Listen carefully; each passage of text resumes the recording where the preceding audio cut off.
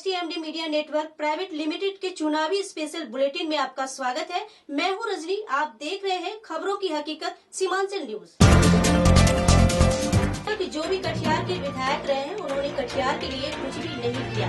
अगर उन्हें मौका मिलता है तो वे कटिहार की तमाम समस्या जिससे खुद दो चार हुए हैं, वह पहली प्राथमिकता के आधार पर प्रत्याशी संजीव सिंह ने सीमांचल न्यूज की खास बातचीत हुई। संजीव सिंह ने कहा कि गरीब, पिछड़े तथा सामाजिक असमानता के लिए वे हमेशा से लड़ते आए हैं। सीमांचल शख्सियत में आपका स्वागत है। मैं हूं आफ्ताब। आज हम कटिहार के ऐसे शख्सियत के साथ आपको रूबरू करवाएंगे जो एक जाति पात से ऊपर उठकर और गरीबों की हक के लिए पिछले 12 वर्षों से एक संगठन चला रहे हैं।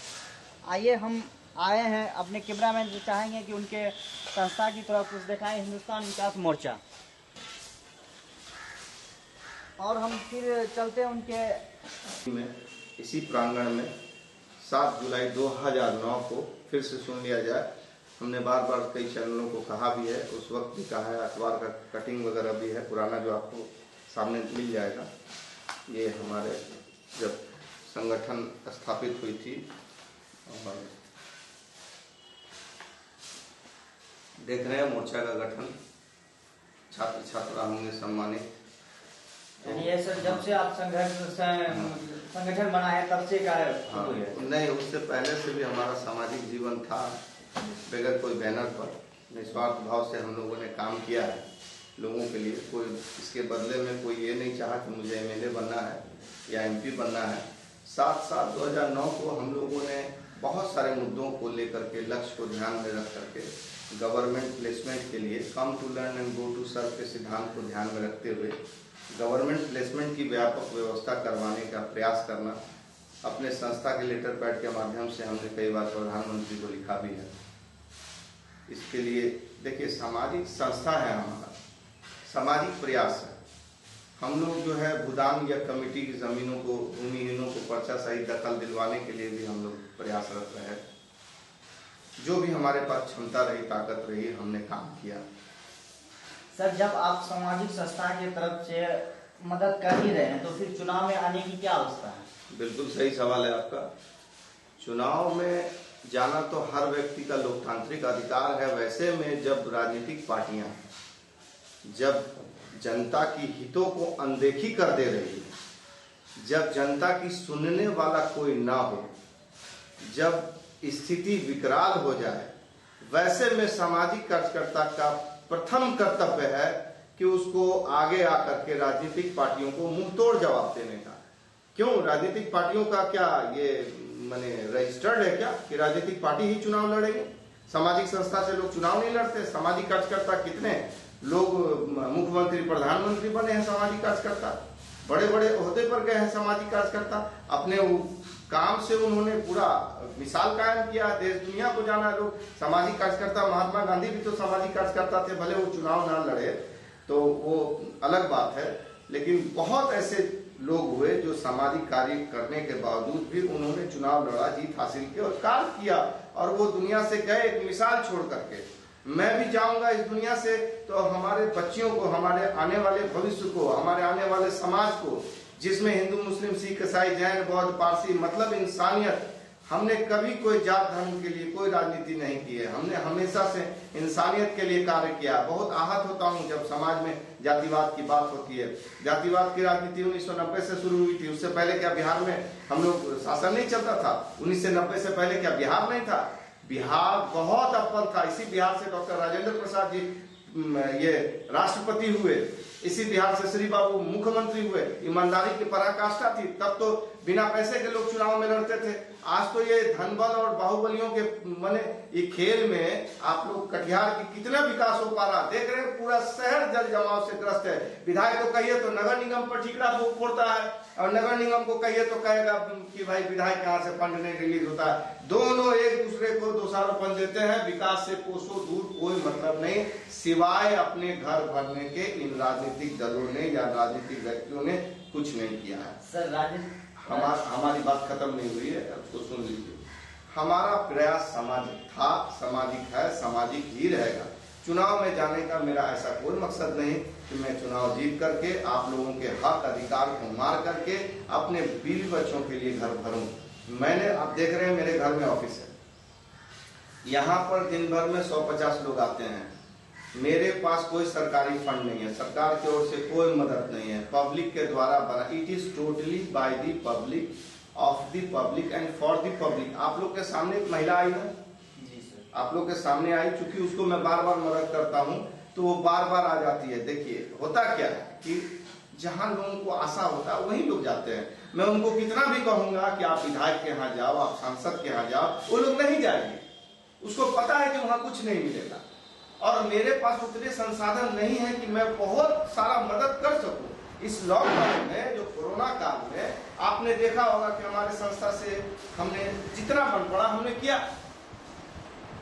तो हमारे पास कोई फंड नहीं है, हम चंदा ही तो लेंगे, लोगों से मदद ही तो लेंगे, या अपनी आमदनी का एक बड़ा जरिया हमने, बड़ा हिस्सा हमने समाज सेवा में लगाया। वैसा अगर कलेजा किसी कोई व्यक्ति अगर दिखाता है कटिहार में तो उसको चुनना चाहिए लोगों को, लेकिन लोगों को सोचना चाहिए।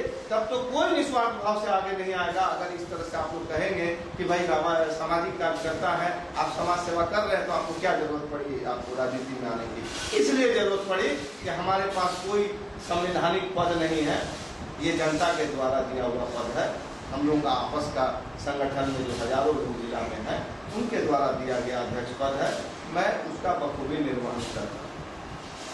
सर, राजनीति में आने का आपको प्रेरणा कहाँ से मिला? पब्लिक के द्वारा, जनता के द्वारा, जनता की भुखमरी त्रासदी को देख करके जो स्थिति है जनता की, उस स्थिति को देखते हुए हमको राजनीति में आने का प्रेरणा मिला। और हमें बहुत सारे लोग ऐसे हैं, नाम नहीं लूँगा उनका, उन लोगों ने कई मर्तबा मुझे कहा भी था कि आप क्यों नहीं राजनीति में आते हैं, आपको हम लोग जिताएंगे। और बहुत ऐसे लोग हैं जिसमें हमारे सामाजिक रिश्ते में भी लोग लगेंगे। बहुत ऐसे सैकड़ों लोगों ने मुझे कहा। तो पहले मैं जब आप लोग की उम्र में था तो मेरा अंग्रेजी में एक जुमला था, I hate politics and I hate politician.